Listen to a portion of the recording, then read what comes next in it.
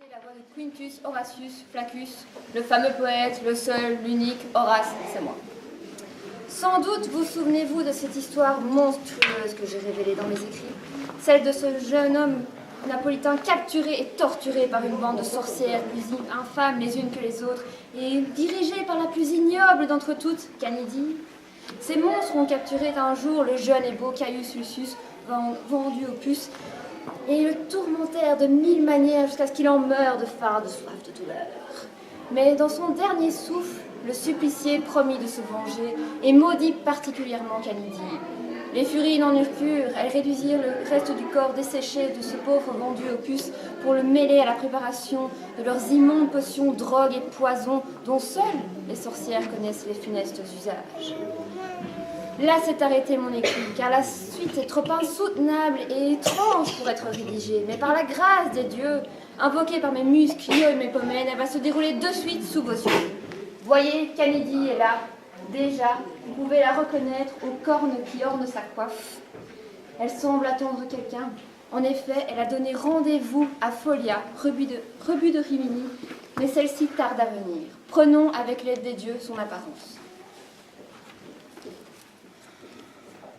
Oh, Canidie, me voilà. Ah, enfin!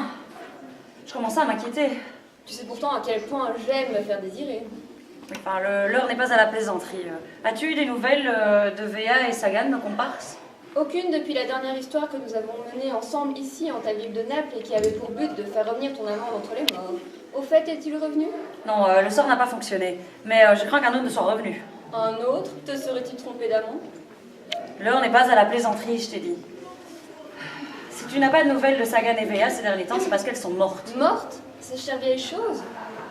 J'en suis navrée. Mais comment ont-elles passé? Dans d'étranges circonstances, et c'est bien là ce qui m'inquiète. Véa a été retrouvée la lune dernière, dévorée par des loups. C'est vrai que ce n'est pas très gai, mais je ne vois pas ce qu'il y a de si étrange. Je connais des tas de gens très bien qui sont fait bouffer par des loups. C'est vorace, cette bête-là. Oui, peut-être, mais elles n'attaquent pas sans raison. Quelqu'un ou quelque chose devait les mener.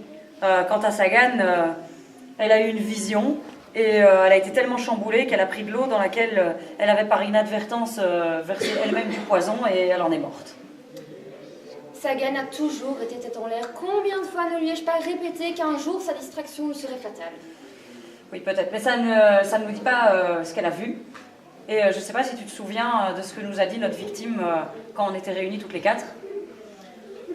Oui, vaguement. Il a dit des lieux communs, qu'il nous en cuirait, qu'il se vengerait, que sa famille le vengerait, qu'on serait lapidé, qu'on serait poursuivi par je ne sais plus quoi d'ailleurs. Ils disent tous la même chose pour se donner un genre, nous faire comprendre qu'ils nous haïssent à l'approche de la mort, des trucs d'un genre quoi.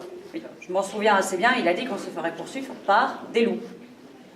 Des loups, c'est donc ça qui te tracasse? Tu penses que la mort de Véa est la réalisation de ses promesses? Tu penses que sa haine pour nous lui aurait permis de revenir d'entre les morts, alors que l'amour de ton amant, lui, s'avère inefficace? Enfin, on est bien placés, nous les sorcières, pour savoir que la haine est plus forte que l'amour. Sinon, nous n'aurions pas choisi le côté obscur. Oui, tu as raison. Ce n'est pas impossible. Donc son but serait de nous voir mourir les unes après les autres. Folie. Mais tu es moins stupide qu'il n'y paraît. Et maintenant, Canidie, à nous deux, abomination vivante. Si c'est Hadès qui t'envoie pour m'emmener chez les morts, va, je ne suis pas prête à te suivre. Laisse tes tours de passe-passe.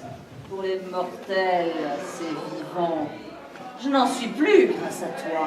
Mais grâce à toi, mes pouvoirs sont bien plus grands que les tiens n'ont jamais été. Ah, tu m'as lié les mains.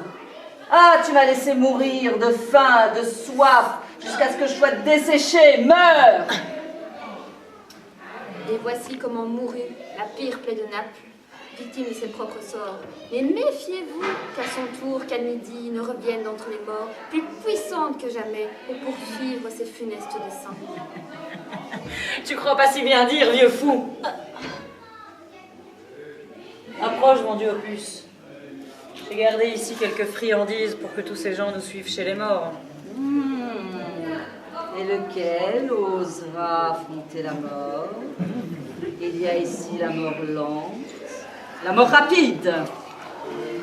Le typhus, le choléra. Le typhus, la grippe, la Peste bubonique.